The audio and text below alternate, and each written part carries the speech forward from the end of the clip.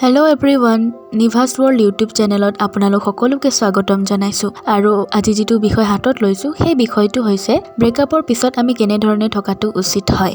গতিকে ভিডিঅ'টো স্কিপ নকৰাকৈ শেষলৈকে চাব আৰু যদি ভাল লাগে লাইক কমেণ্ট আৰু শ্বেয়াৰ কৰি দিব আৰু যদি আপুনি ফাৰ্ষ্ট টাইম ভিজিট কৰি আছে মোৰ চেনেলটোত তেতিয়াহ'লে প্লিজ ছাবস্ক্ৰাইব কৰি দিব।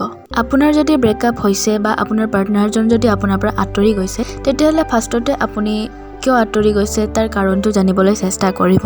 যদিহে তেওঁ বিনা কাৰণত আপোনাৰ পৰা আঁতৰি গৈছে বা আপোনাক ব্ৰেকআপ দিছে তেতিয়াহ'লে তেওঁক জোৰ জবৰদস্তি আপোনাৰ লাইফত আনিবলৈ চেষ্টা নকৰিব। যদি তেওঁ আপোনাৰ কিবা ভুলৰ বাবেই আঁতৰি গৈছে তেতিয়াহ'লে আপুনি সেই ভুলটো শুধৰাবৰ চেষ্টা কৰিব, কাৰণ প্ৰিয়জনে কেতিয়াও আপোনাৰ বেয়া হোৱাটো নিবিচাৰে। সেয়েহে সেই ভুলটো শুধৰোৱাৰ চেষ্টা কৰিব। ভুলটো শুধৰোৱাৰ পিছতো যদি তেওঁ উভতি নাহে তেতিয়াহ'লে তেওঁক আৰু জোৰ জবৰদস্তি নকৰিব। আপোনাৰ পৰা আঁতৰি গৈ যদি তেওঁ সুখী হৈছে তেতিয়াহ'লে তেওঁক তেনেকৈয়ে থাকিব দিব আৰু আপুনিও সুখী হোৱাৰ চেষ্টা কৰিব। তেওঁ যিহেতু পাহৰি গৈছে গতিকে আপুনিও পাহৰি যোৱাই ভাল। তেওঁৰ লগত জড়িত সকলো বস্তুৰ পৰা আঁতৰি থকাই ভাল। তেওঁ দিয়া সময়খিনিত বেলেগ এটা কামত ব্যস্ত থাকিবলৈ শিকক আৰু এনেদৰে আপোনাৰ ব্ৰেকআপৰ পেইনটো আঁতৰাব।